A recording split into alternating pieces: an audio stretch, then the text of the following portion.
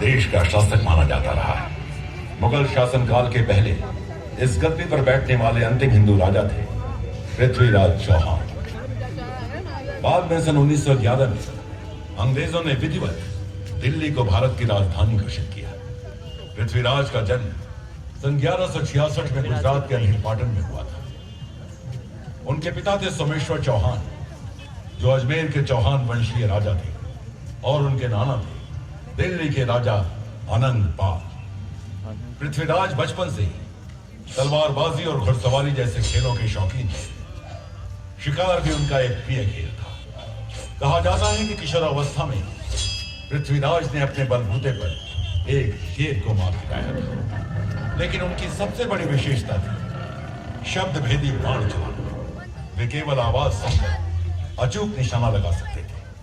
उनकी वीरता से प्रसन्न होकर आनंद पाल ने दिल्ली की गद्दी पर उन्हें अपना उत्तराधिकारी घोषित कर दिया।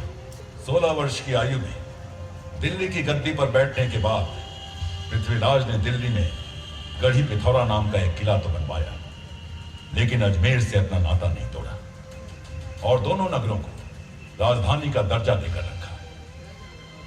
लगातार विजय अभियान चलाकर उन्होंने अपने राज्य की सीमाओं को गुजरात और पूर्वी पंजाब तक बढ़ा लिया।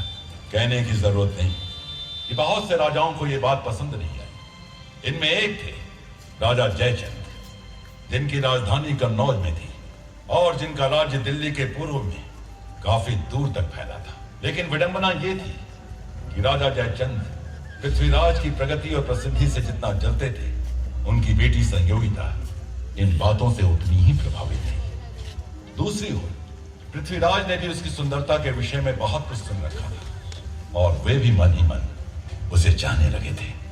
जब राजा जयचंद को पता लगा कि उनकी बेटी पृथ्वीराज से प्रेम करती है, तो वे गुस्से से आप बबूला हो गए।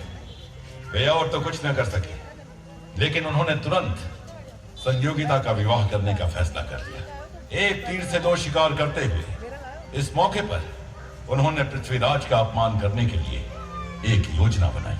उन्होंने संयोगिता के लिए एक स्वयंवर का आयोजन किया, जिसमें वो अपने पसंद का वर चुन सके।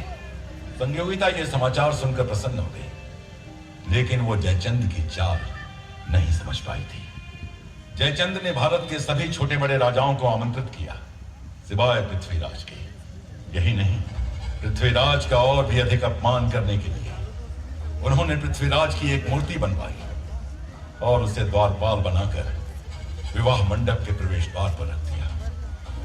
नियत समय पर संयोगिता जयमाल लेकर आई और बिना उसे किसी के गले में डाले राजाओं की पूरी पंक्ति पार करके प्रवेश द्वार तक चली गई। वहां उसने जयमाल पृथ्वीराज की मूर्ति के गले में डाल दी।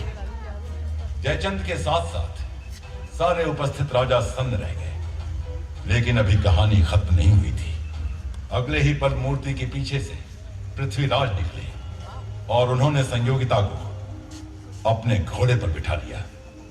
जब तक जयचंद और अन्य राजा समझे और कुछ करें, तब तक तो वो दूर निकल चुके थे और शीघ्र ही दोनों अपने विश्वास पात्र सैनिकों के संरक्षण में दिल्ली पहुंच गए। इस बीच अफगानिस्तान के गौर प्रदेश का शासक मोहम्मद शहाबुद्दीन गौरी भारत की तरफ बढ़ रहा था। सन 1191 में पश्चिमी पंजाब में राज कर रहे महमूद गजनवी के वंशजों को उसने आसानी से हरा दिया और अपनी सेना लेकर भटिंडा तक आ पहुंचा। किंतु यहां से तो पृथ्वीराज के राज्य की सीमा आरंभ होती थी और पृथ्वीराज से लोहा लेना इतना आसान न था। मगर अपनी जीत के नशे में चूर गौरी भटिंडा के किले पर आक्रमण कर बैठा और उस पर कब्जा कर लिया। ये समाचार मिलते ही पृथ्वीराज भटिंडा के लिए निकल पड़े। थानेसर के नजदीक तरेन में दोनों सेनाओं का ऐतिहासिक मुकाबला हुआ।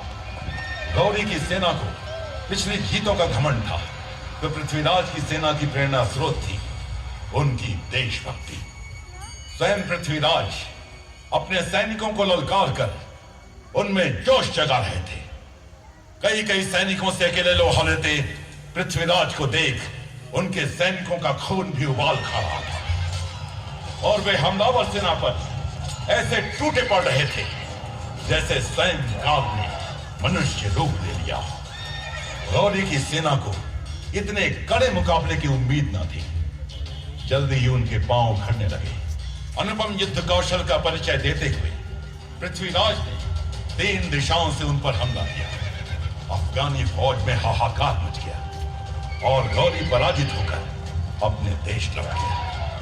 किंतु अगले ही वर्ष यानी 1192 में गौरी फिर से अपनी फौज सहित आ निकला। इस बार उसके साथ थी 1,20,000 की विशाल फौज। जब उसने फिर से भटिंडा के पास डेरा डाला तो पृथ्वीराज तुरंत अपनी सेना लेकर वहां पहुंचे। पृथ्वीराज ने पिछले साल की हार की याद दिलाते हुए गौरी को एक संदेश भेजा और कहा कि वो लौट जाए। इस पर चालबाज गौरी ने अपनी सेना थोड़ी पीछे हटा ली ताकि वो छल कपट की नीति अपना सके। अपनी सेना लेकर लौटने के बजाय उसने अंदर ही अंदर तैयारी जारी रखी। पृथ्वीराज को लगा कि वो उनकी बात मान गया है। वो उसकी चाल नहीं समझ सके एवं सामान्य रूप से अपना पड़ाव डाले रहे। फिर एक दिन भोर के प्रथम प्रहर में गौरी ने अचानक दैनिक नित्य कर्म व पूजा पाठ में व्यस्त राजपूत सेना पर हमला कर दिया और कत्लेआम मचा दिया। धोखे की काट न वीरता से हो सकती है और न साहस से। पृथ्वीराज जैसा वीर आखिर धोखे का शिकार होकर सिरसा के निकट बंदी बनाया गया और गजनी ले जाया गया। वहां गौरी के दरबार में जब उनकी पेशी हुई तो उनकी आंखों के तेज से गौरी को घबराहट होने लगी। उसने पृथ्वीराज से नजर झुकाने को कहा। पृथ्वीराज ने जवाब दिया कि सच्चे राजपूत की नजर सिर्फ मृत्यु ही झुका सकती है और कोई भी नहीं। इस पर गौरी ने उनकी दोनों आंखें निकालने का आदेश दिया, लेकिन पृथ्वीराज की नजर फिर भी नहीं झुकी। आखिर उन्हें अंधा करके कारागार में डाल दिया गया। पृथ्वीराज के राजकवि और उनके अभिन्न मित्र चंद्रबरदाई से पृथ्वीराज की दुर्दशा सहन नहीं हो रही थी। उन्होंने गौरी के दरबार में हाजिर होकर कहा कि पृथ्वीराज बिना देखे भी अचूक निशाना लगा सकते हैं। गौरी को इस बात पर विश्वास नहीं हुआ और उसने इसकी सच्चाई परखने के लिए पृथ्वीराज को दरबार में बुलवाया।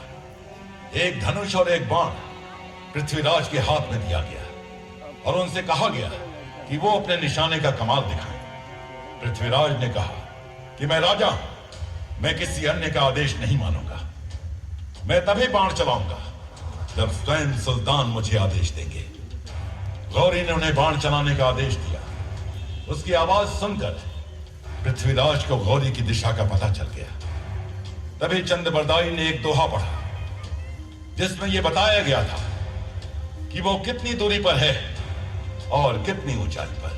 4 बांस 24 गज अंगुल अष्ट प्रमाण, ताऊ पर सुल्तान है मत चूके चौहान। गौरी की स्थिति का पूरा पता मिलते ही पृथ्वीराज ने एक शब्द भेदी बाण चलाया जो सीधा जाकर सुल्तान के सीने में धंसा। सारे दरबारी स्तब्ध रह गए। इसके पहले कि उन्हें होश आए, पृथ्वीराज और चंद्रबरदाई ने एक दूसरे के सीनों में कटारे भोंक कर अपने प्राण दे दिए। किंतु मरते मरते भी जिस वीरता, जिस शौर्य, जिस साहस का परिचय पृथ्वीराज ने दिया, उसकी जोड़ विश्व के इतिहास में भी मिलना मुश्किल है। ऐसा स्वाभिमानी वीर इस वीर जननी राजस्थान की भूमि पर ही पैदा हो सकता था और जब तक ये भूमि रहेगी तब तक पृथ्वीराज की वीरता की गाथाएं गाई जाएंगी।